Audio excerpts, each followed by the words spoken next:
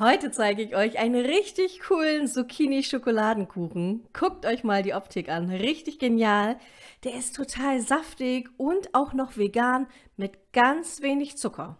Hallo, hier ist Emma, Emma Magians. Herzlich willkommen hier auf meinem Hefewasser-Kanal. Heute heißt es wieder Hefewasser für alle, alles was dein Gebäck begehrt. Wir fangen hier einmal mit 500 Gramm Mehl an und dazu geben wir Zucker.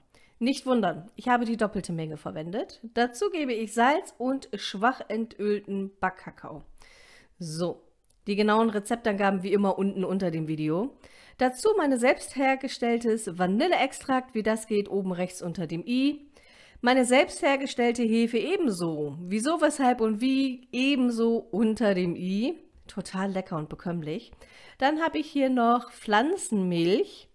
Und ihr könnt natürlich, wenn ihr nicht Veganer seid, auch ganz normale Kuhmilch verwenden. Zartbitter Schokodrops, die sind tatsächlich auch vegan und dazu gebe ich noch geraspelte Zucchini. Ihr könnt erkennen, ich habe das mit Schale gemacht. Das Ganze gebe ich jetzt in meinen Mixer, diesmal aber nicht mit dem Brothaken, sondern mit diesem K-Knethaken von meiner Kenwood Cooking Maschine. Bei Weizenmehl dann 10 bis 15 Minuten kneten. Bei Dinkelmehl bitte nur 5 bis 8 Minuten aufgrund des Glutengerüsts. Und wenn das dann fertig ist, decke ich das mit meinem Bienenwachstuch ab und lasse es bei Zimmertemperatur so circa 8 bis 12 Stunden stehen. Ist euer frisches Hefewasser neu, dann kann das auch mal länger dauern, bis zu 24 Stunden. Aber solche Blasen sollten sich schon entwickeln und dann könnt ihr weitermachen.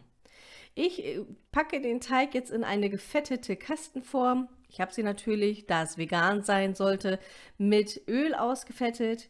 Wenn ihr nicht Veganer seid, könnt ihr das natürlich auch mit Butter machen. So, da geht das Ganze schön rein und man kann sogar noch ein bisschen die Zucchini-Stückchen erkennen. Keine Angst, wenn ihr Familienmitglieder habt, die das nicht mögen. Wenn ihr denen das nicht erzählt, nach dem Backen sieht man nichts mehr davon und das könnt ihr denen schön unterjubeln. So habe ich es nämlich mit einem unserer Kinder gemacht. Und während der Kuchen noch ein bisschen bei Zimmertemperatur stehen darf, habe ich hier noch so ein bisschen Zartbitterschokolade, eine Tafel, die ich jetzt hier so ein bisschen zerschneide. Alternativ könnt ihr auch natürlich Schokotropfen oder Schokochunks benutzen. Das funktioniert auch, das habe ich nämlich mit der zweiten Hälfte des Teiges gemacht. Richtig genial.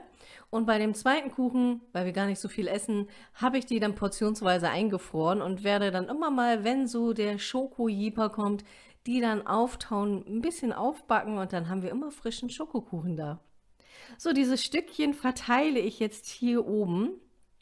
Und ich habe ein bisschen wenig Teig in den Kuchen reingegeben. Bei dem zweiten war es dann ein bisschen zu viel, aber das ist überhaupt nicht schlimm. Ihr habt dann schon die richtige Menge und der geht dann auch nochmal richtig schön in der Mitte auf. Ich kann euch sagen, der ist richtig gut angekommen. Also ich habe das ja ausgetestet und am Anfang war die Familie total dagegen. Zucchini hat in einem Kuchen überhaupt nichts zu suchen, aber ich konnte sie vom Gegenteil überzeugen. Das war einer der Lieblingskuchen der Kinder und demnächst steht wieder ein Geburtstag an und ihr wisst ja dann wahrscheinlich, was ich backen werde. So, das gute Stück geht bei 180 Grad Ober- und Unterhitze für 1 Stunde in den Ofen. Guckt aber nochmal nach und ich habe ja mein Thermometer, wo ich das nochmal nachmesse, ob der durch ist. Und dann habt ihr dieses Ergebnis. Und das nur mit 100 Gramm Zucker auf 500 Gramm Mehl. Ich kann euch sagen, der ist so schokoladig saftig, ihr werdet den Zucker wirklich nicht vermissen. Ich bin gespannt auf eure Kommentare. Ich bin bald wieder zurück. Eure Emma.